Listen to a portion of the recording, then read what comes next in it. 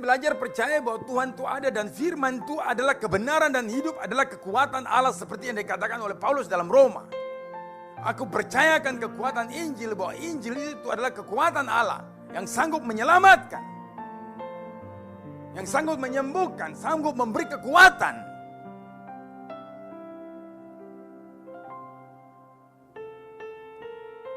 Makanya itu harus terus jalan dengan Tuhan.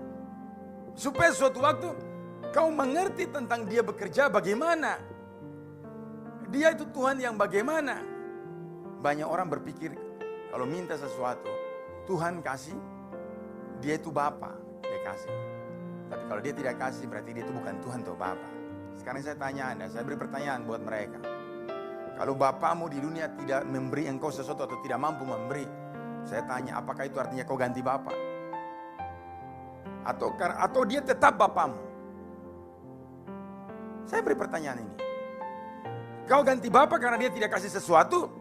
Atau Dia tetap Bapamu ketika Dia juga tidak bisa memberi sesuatu?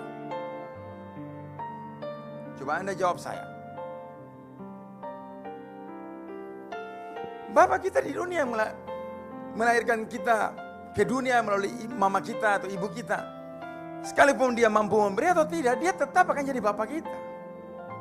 Lebih-lebih Bapa kita di surga.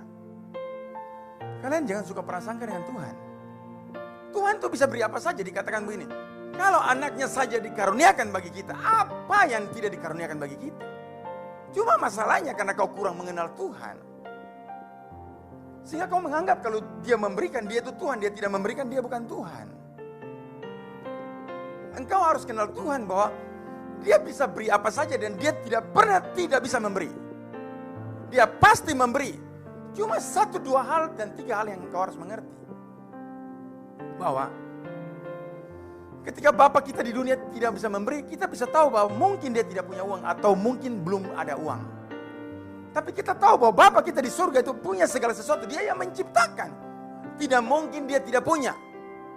Nah, 1, 2 hal yang kita harus pahami dari firman Tuhan dan pergaulan dengan Tuhan itu adalah bahwa Dia tidak memberi itu ada sebabnya. Bukan karena Dia tidak mampu. Kalau Bapa kita di dunia tidak memberi, itu bisa jadi karena Dia tidak mampu. Ada banyak hal yang Dia tidak mampu berikan buat kita, Bapa dunia kita. Tetapi Bapa surgawi segala sesuatu mampu. Pertanyaannya dan pengertiannya Anda harus tahu. Kenapa Dia belum memberi? Supaya jangan Anda cepat-cepat tidak percaya dan membuang Tuhan sebagai Bapa dan Allah kita. Anda dengar? Anda harus mengerti kalau Bapa di dunia tidak sanggup memberi, itu pasti ada ketidakmampuan ataupun ada alasan yang lain. Tapi lebih menuju kepada tidak mampu. Apalagi kalau Anda meminta sesuatu yang lebih dari kemampuannya. Tapi Bapa kita di surga, siapa yang berani berkata Dia tidak mampu? Dia Allah yang mampu. Cuma Anda harus mengerti. Yang pertama Anda harus mengerti adalah permintaan itu harus pakai waktu. Ada waktu menanti. Dan ada waktu menerima. Barang besar dengan barang kecil ada waktunya. Kau cuma mau cepat karena pemikiranmu Allah berkuasa. Kalau Dia tidak mau kasih, berarti tidak berkenan kepada saya. Itu prasangka. Prasangka yang diciptakan oleh pikiran bodoh, pikiran daging, pikiran tidak mengerti dan tidak mengenal Allah. Dengar baik-baik. Allah itu harus taruh dalam pikiranmu bahwa Dia itu Bapa yang baik. Dia mampu, Dia bisa melakukan segala sesuatu. Dia punya hak atas segala sesuatu. Anda mau minta sesuatu? Anda pertama lihat harus waktu. Soal berkenan tidak berkenan, saya percaya. Kenapa firman Tuhan bilang, jika firmanku tinggal dalam engkau dalam aku, minta apa saja. Kenapa? Ada orang bilang begini, bagaimana kalau saya minta istri 2? Pertanyaan itu toh akan bikin lelucon buat Anda ditertawai. Semua orang yang hidup benar dalam Tuhan, dalam firman-Nya, dalam kesungguhan, itu tidak akan pernah meminta hal yang jahat. Tidak akan meminta hal yang menentang firman Tuhan.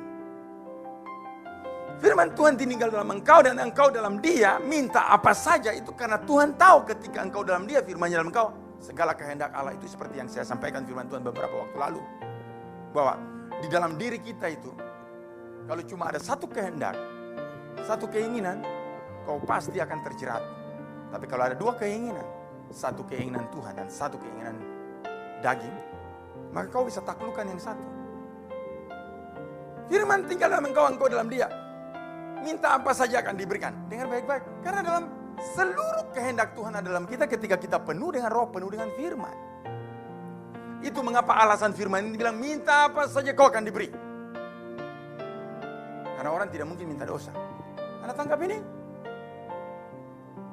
Jadi penuhi diri dengan firman Tuhan. Dan mengerti Bapa di sorga, dia bisa memberi apa saja.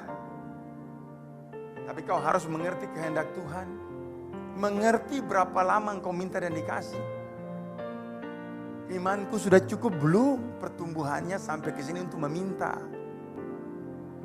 Supaya setan jangan dapat tipu-tipu kita kalau Tuhan tidak kasih. Jika dia Tuhan, dia Bapamu, kenapa dia tidak kasih? Lalu kau jawab, saya punya Bapa saja. Yang di dunia, yang kere tidak bisa kasih apa-apa buat saya, tetap dia Bapakku. Kenapa kau bikin supaya Bapa di surga yang kekal itu tidak jadi Bapa? Langsung setan pergi, setan bilang bodoh amat.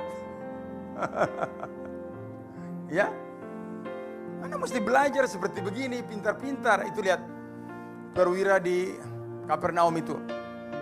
Mana dia punya dasar firman? Dia pakai dasar keprajuritan, ketentaraan. Anda juga mesti kadang-kadang walaupun lupa firman, Anda punya dasar-dasar pengalaman dengan Tuhan. Itu bisa jadi iman juga selain firman Tuhan yang kita sudah dapat. Bukan firman Tuhan jadi teori, tidak jadi praktek ya. Nah, bisa Anda mengerti ini?